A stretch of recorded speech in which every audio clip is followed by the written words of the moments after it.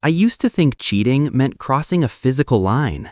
I never imagined a few messages on my phone could burn down 7 years of marriage and cost me everything, including $120,000. My name's Ethan Cole, 36, born and raised in Denver, Colorado. On paper, I had the kind of life people post about: steady job as a regional sales manager, a cozy 3-bedroom house, a black and white shepherd named Duke, and my wife Laura, the kindest woman I'd ever met.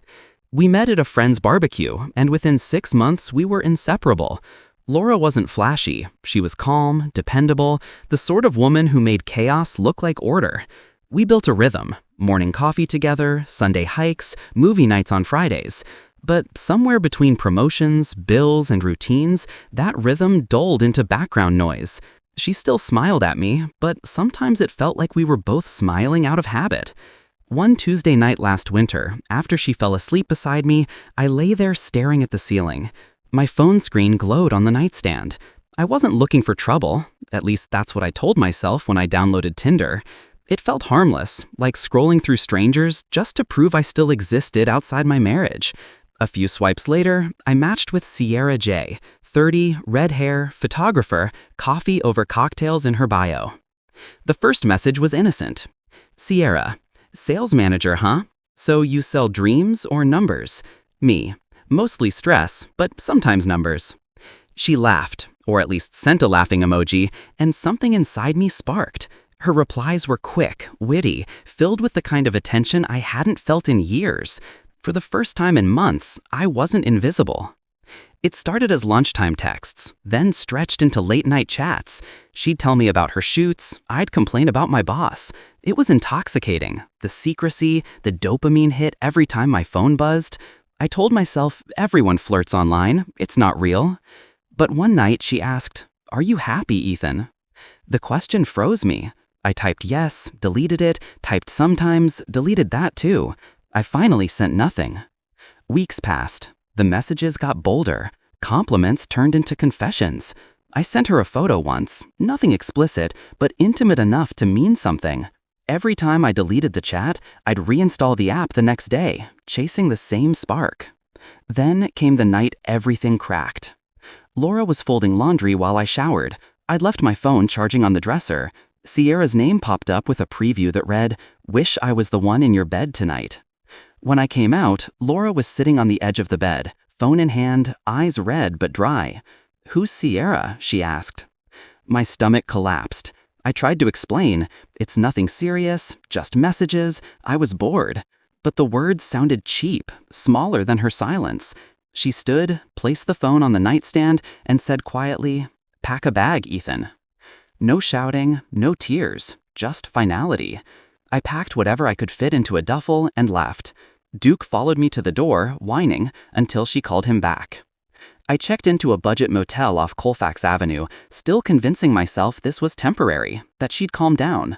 But around midnight, my phone buzzed, an email from her attorney. Subject: notice of divorce proceedings. I stared at the screen until the words blurred. Divorce? Over texts? I wanted to believe she was bluffing, but deep down I knew. She'd seen everything.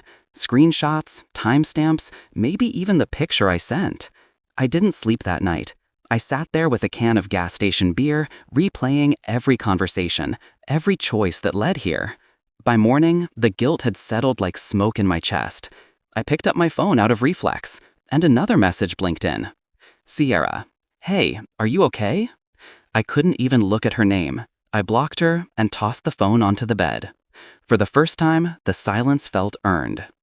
The next few days blurred into phone calls, paperwork, and embarrassment. Laura's lawyer wanted everything: the car, half my savings, and evidence of emotional distress.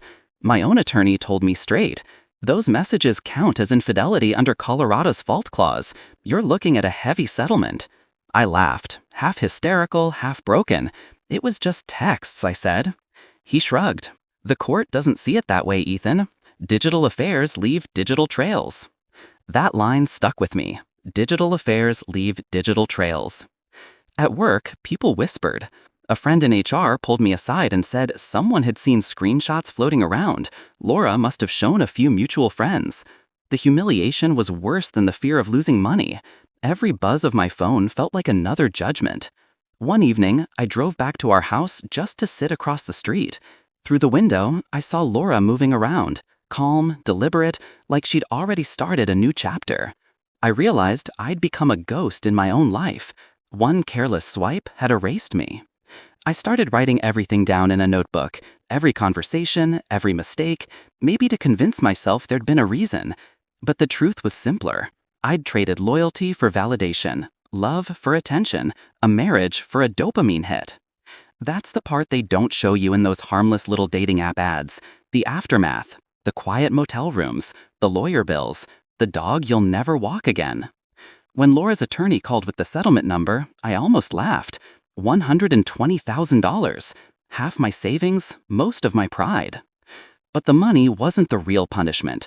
The real one was waking up every morning and seeing her side of the bed empty, knowing she deserved better and I was the reason she didn't get it. Still, part of me wondered, could I fix it? Could I apologize hard enough to erase screenshots? That illusion lasted right up until the day her lawyer sent me one final file. Inside were every message I'd ever sent to Sierra, printed, dated, highlighted. And at the bottom of the packet, a handwritten note from Laura. Now it's all real. I stared at those words until they blurred with my tears. That's when it hit me. The story I was writing in secret had become the story of my life. After Laura's note, there wasn't any space left for pretending. I signed the first round of divorce papers 2 weeks later. The lawyer's office smelled like coffee and toner. I kept staring at the pen in my hand, thinking how small it looked for something that could end a marriage. They call it a settlement, like it's some peaceful handshake, but it felt more like a slow unbuilding. Every form I signed took away another piece. First the house, then the car, then the savings we'd planned to use for a trip we never took. When my attorney said $120,000, my ears buzzed. I nodded like I agreed, but inside, I was counting the hours I'd have to work to cover that number. The next few months blurred into lawyer emails and silence. Laura didn't block me. She just stopped existing in my world. The worst part wasn't losing her. It was knowing she was right. I'd betrayed her in the smallest, most cowardly way. My friends didn't know what to say. A few told me, "Man, everyone flirts online. You just got caught." That made it worse. It wasn't about getting caught. It was about what kind of man I'd become. I used to think integrity was automatic, like breathing. Turns out, it's a muscle. Stop using it, and it weakens. At work, I threw myself into sales calls, numbers, travel.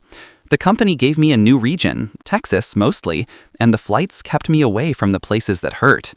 Every hotel room looked the same. Beige walls, hum of the air conditioner, a bed I never slept well in. Some nights, I'd catch myself scrolling through my phone, thumb hovering over the app store, the red flame icon right there. I'd shut the screen off before I could tap it, like slamming a door on an addict's craving. Then, one evening, I ran into Sierra again, if running into someone you met online even counts as real life. I was in Austin for a conference, sitting in a bar with my coworker when I heard a voice behind me say, "Ethan?" She looked exactly like her pictures, which somehow made it worse. For a second, I thought about pretending not to recognize her, but shame isn't something you can hide behind a menu. We talked for maybe 10 minutes, awkward, polite. She said she'd heard from mutual online friends about what happened. "I'm sorry," she said softly. "I didn't mean for things to go that far." I told her it wasn't her fault. Maybe I even meant it. She offered to buy me a drink. I said I had an early flight. She smiled like she understood, and that was that. I walked out into the humid Texas night, feeling older than my years. Back at the hotel, I opened the curtains and watched the traffic move like a stream of white noise. Somewhere out there, Laura was probably rebuilding her life, maybe painting again, maybe dating someone who actually deserved her. The idea twisted in my chest, but it was fair. I'd had my chance. When the final divorce decree arrived, the number, 120,000, sat in bold black at the bottom of the page. I wired the first installment that afternoon. My lawyer congratulated me for closing the chapter. I wanted to tell him there's no closing when guilt keeps the door half open every night. A month later, I bumped into an old friend of Laura's at the grocery store. She gave me that look people reserve for funerals, half pity, half curiosity. "Laura's doing good," she said. "She sold the house, moved closer to her sister. She seems lighter." "Good," I said, because what else could I say? That night, I drove past our old street. The porch light was off, the mailbox had a new name. I parked a block away and just sat there. The same street where we'd walked Duke every evening, where she'd laughed at my terrible jokes, where I'd once promised her forever. Now it felt like a movie set after filming ends. Same scenery, no life. I started therapy a week later. The counselor, a calm, middle-aged woman named Dr. Miller, listened while I unpacked everything. She didn't judge, didn't flinch. She just said, "You sound like someone who misses being honest." That hit harder than I expected. I told her about the attention, the validation, the stupid thrill of being wanted. She said, "You were trying to prove your worth to strangers instead of earning it with the person who already loved you." Every session chipped away at the version of myself I'd built to survive the shame. For the first time, I started to understand why I'd done it.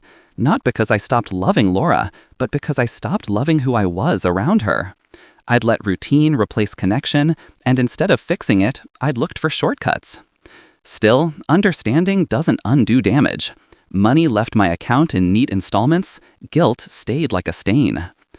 Months passed. I learned how to cook small meals, how to walk into a weekend without plans, how to live in silence without checking for messages that would never come. I even started running. 5 a.m., cold air, no distractions. The rhythm helped. For half an hour, my brain went quiet. But every so often, when the streetlights flickered or a song from our wedding playlist played in a store, it came back. The image of Laura sitting on the bed, holding my phone, eyes calm and final.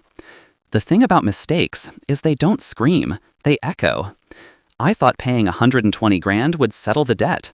Turns out, that was just the invoice for the tangible parts. The rest, I'd keep paying in memories. And just when I began to think I could live with that, something unexpected arrived in the mail. A small white envelope with no return address. Inside was a single photograph. It was Duke, our dog, lying on a new porch.